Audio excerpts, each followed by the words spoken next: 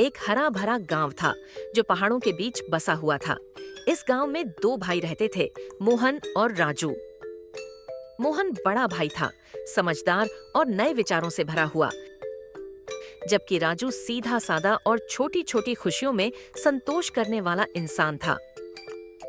दोनों भाइयों में गहरी दोस्ती और आपसी भरोसा था। एक दिन बरगद के पेड़ के नीचे बैठे हुए मोहन ने एक ऐसा विचार साझा किया जिसने उनकी जिंदगी बदल दी। राजू, अगर हम यहाँ एक ढाबा खोलें तो कैसा रहेगा? मोहन, क्या हम ये कर पाएंगे? क्यों नहीं? यहाँ लोग ताजा खाना, आरामदायक माहौल और अपनापन ढूंढते हैं। हम सबको ये सब देंगे। मोहन ने आत्मविश्वास से कहा।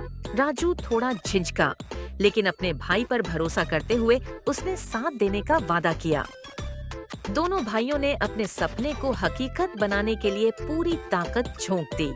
उन्होंने गांव के पास सड़क किनारे एक छोटी सी जगह खरीदी जो आने जाने वाले लोगों के लिए एकदम सही थी।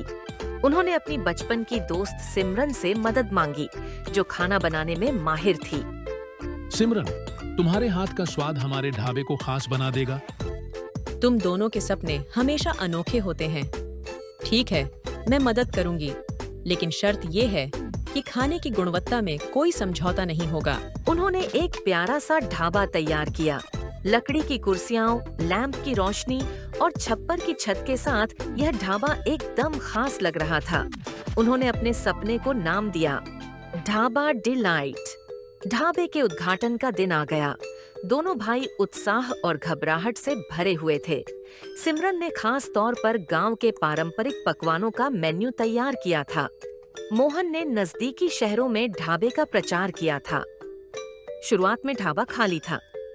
राजू ने चिंतित होकर पूछा, मोहन, क्या हमने कोई गलती कर दी?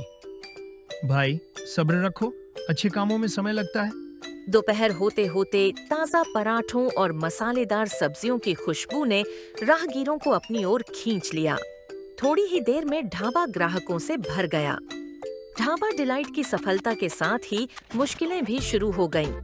एक बड़ी रेस्टोरेंट चेन ने गांव के पास अपनी शाखा खोल ली।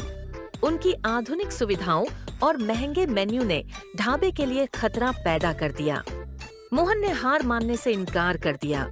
हमारी ताकत हमारी सादगी और अपनापन है। सिमरन ने रोज एक नया स्पेशल डिश मेन्यू में शामिल करना शुरू किया। राजू ने हर ग्राहक से व्यक्तिगत रूप से बात करना शुरू किया ताकि वे अपनेपन का अनुभव करें। धीरे धीरे ढाबा डिलाइट ने अपनी अलग पहचान बना ली। दोनों भाइयों ने समझा कि समुदाय के समर्थन के बिना वे आगे नहीं बढ़ सकते। उन्होंने गांव के किसानों से ताजी सब्जियां खरीदनी शुरू की और गांव के लोगों को काम पर रखा। मोहन ने गांव की बैठक में कहा, अगर हम एक दूसरे की मदद करेंगे तो सबका भला होगा। ढाबा सिर्फ एक रेस्टोरेंट नहीं रहा, यह गांव की गतिविधियों का केंद्र बन गया। छोटे आयोजनों से लेकर त्योहारों पर मुफ्त खाना खिलाने तक ढाबा डिलाइट ने सभी का दिल जीत लिया।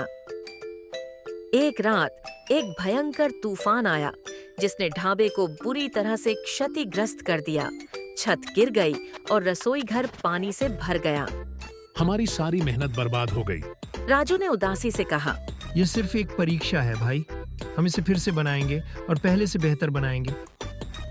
अगली सुबह गांव के लोग मदद के लिए आ गए। वे औजार, सामग्री और खाना लेकर आए। एक बुजुर्ग किसान ने कहा, आपने हमेशा हमारी मदद की है, अब हमारी बारी है। गांव वालों की मदद से ढाबा डिलाइट फिर से बनाया गया और यह पहले से भी ज्यादा खूबसूरत बन गया। मोहन ने खुशी से कहा, देखा राजू, हमारा छोटा सा ढाबा अब बड़ा नाम बन गया है। लेकिन मेरे लिए यह अब भी वही है, अच्छा खाना, खुश चेहरे और हंसी मजाक। सालों बाद ढाबा डिलाइट गांव का सबसे लोकप्रिय स्थान बन गया। दोनों भाइयों ने ढाबे में एक छोटी लाइब्रेरी और बच्चों के खेलने की जगह का भी इंतजाम किया। लेकिन दिल से ढाबा वैसा ही रहा, एक जगह जहां मेहनत, प्यार और सपनों ने इसे खास बनाया। एक शाम बरगद के पेड़ के नीचे बैठे हुए राजू ने कहा, भाई, तुम सही कहते थे। ये ढाबा सिर्फ एक रेस्टोरेंट नहीं है, ये हमारा परिवार है। और परिवार हमेशा साथ रहता है, हर परिस्थिति में।